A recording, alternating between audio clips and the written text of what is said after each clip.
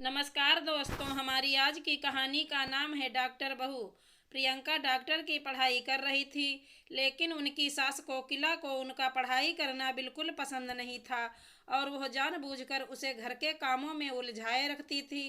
प्रियंका के घर उसकी सहेली आती है। नमस्ते आंटी, प्रियंका घर पर है क्या? सास क्यों, कौन है तू और तुझे क्या काम है मेरी बहू से? जी, मैं उसकी सहेली नीलम हूँ। कल उसका एग्ज़ाम है ना, और उसने मुझसे कुछ किताबें पढ़ने के लिए मंगाई थी, वही देने आई हूँ। अच्छा, तू है नीलम, जो सारा दिन फ़ोन पर मेरे बहू के कान भरती रहती है। देख लड़की, अगर आज के बाद तूने मेरी बहू को उल्टी सीधी बात पढ़ाई तो मुझसे बुरा कोई नहीं होगा।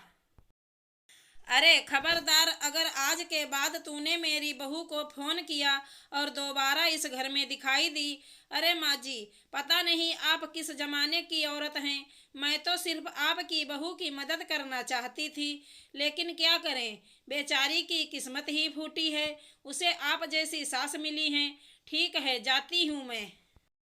माँ जी, मेरी सहेली नीलम घर पर आई थी क्या? अरे बड़ी बदतमीज है तेरी सहेली, औरों से बात करने का ढंग भी नहीं है। उसे तो मैंने बड़े बड़े ताने सुनाकर भगा दिया। अरे भगवान, अब क्या होगा? कल मेरा एग्जाम है। अरे तेरी यह बेकार की पढ़ाई में क्या रखा है? बड़ी आई डॉक्टर बनने। चुपचाप घर के कामों में ध्यान दें। कल मेरी कुछ सहेलियां घर पर आ रही हैं, उनकी खातिरदारी में कोई कमी नहीं रहनी चाहिए। जी माँ जी। प्रियंका के सास मुंह फुलाकर वहां से चली जाती है। अगले दिन का पूरा समय प्रियंका की सास की सहेलियों की खातिरदारी में और घर के काम में बीत जाता है, और प्रियंका एग्जाम नहीं दे पाती है। उस रात प्रियंका अपने पति करण को सारी बात बताती है। अब क्या बोलूं, ये माँ भी ना। कोई बात नहीं, और तुम अपना मुंह ठीक कर लो। अगली बार अच्छे से ठीक से पढ़ाई करना। कुछ दिनों के बाद बाहर से आवाज आती है। अरे कोकिला बहन, घर में प्रियंका है? क्या हुआ भारती, तू इस तरह लंगड़ा क्यों रही है? अरे क्या बताऊं कोकिला बहन, सीढ़ियां उतरते वक्त मेरा पैर फिसल गया और पैर में सूजन आ गई है। इसीलिए तेरी बहू से दवा पानी कराने आई हूँ।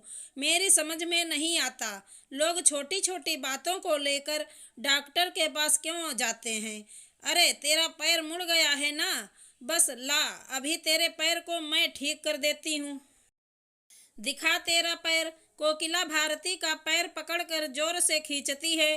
मर गई रे, ऐसा बोलकर वह जोर से चीखती है। अरे क्या हुआ, आराम मिला? एक तो मेरा पैर पहले से मचका हुआ है, कहीं ऐसा ना हो कि ज्यादा मचकोड़ हो जावे। रहने दे तू, अब मैं चलती हूँ। और वह चली जाती है। थोड़ी देर के बाद प्रियंका घर आती है। अरे कहाँ मर गई थी सुबह से? माँ जी, मैं अपनी किताबें लेने गई थी। प्रियंका अपने कमरे में चली जाती है। अच्छा, इन किताबों ने इनका दिमाग खराब कर रखा है।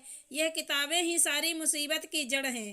थोड़ी देर में ही वहाँ पेपर पस्ती लेने वाला और खाली बोतल लेने वाला चिल्लाता हुआ गुजर रहा होता है। सास ने बहू की सारी किताबें पेपर वालों को दी। पेपर वाला बोला, यह तो सब अंग्रेजी में लिखी हुई बहुत महंगी किताबें हैं। कोकिला बहन बोली, तू लेकर जाता है कि नहीं? पेपर वाला सब किताबें लेकर चला जाता है।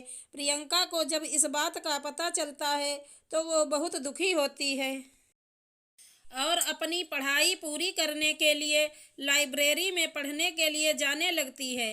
कुछ दिनों के बाद सास कहती है, अरे मर गई रे बाप।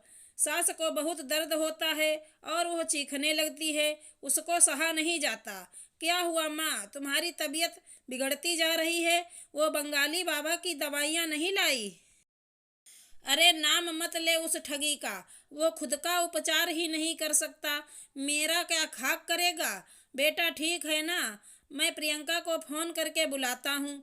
प्रियंका लाइब्रेरी में बैठे हुए पढ़ रही होती है, तभी उनके पति करण का फोन आता है। जी बोलिए जी, माँ की तबीयत ठीक नहीं है, जल्दी घर पर आ जाओ। जी मैं अभी आती हूँ। थोड़ी देर के बाद प्रियंका घर पहुँचती है और कहती है, क्या हुआ माँ जी? हाँ, बहुत बड़ा बुखार है। फिक्र ना करो माँ जी, आप मुझे एक बार चेकअप करने दीजिए, सब ठीक हो जाएगा। अच्छा ठीक है बहू, जैसी तेरी मर्जी। प्रियंका कोकिला का चेकअप करती है। फिक्र ना करें माँ जी।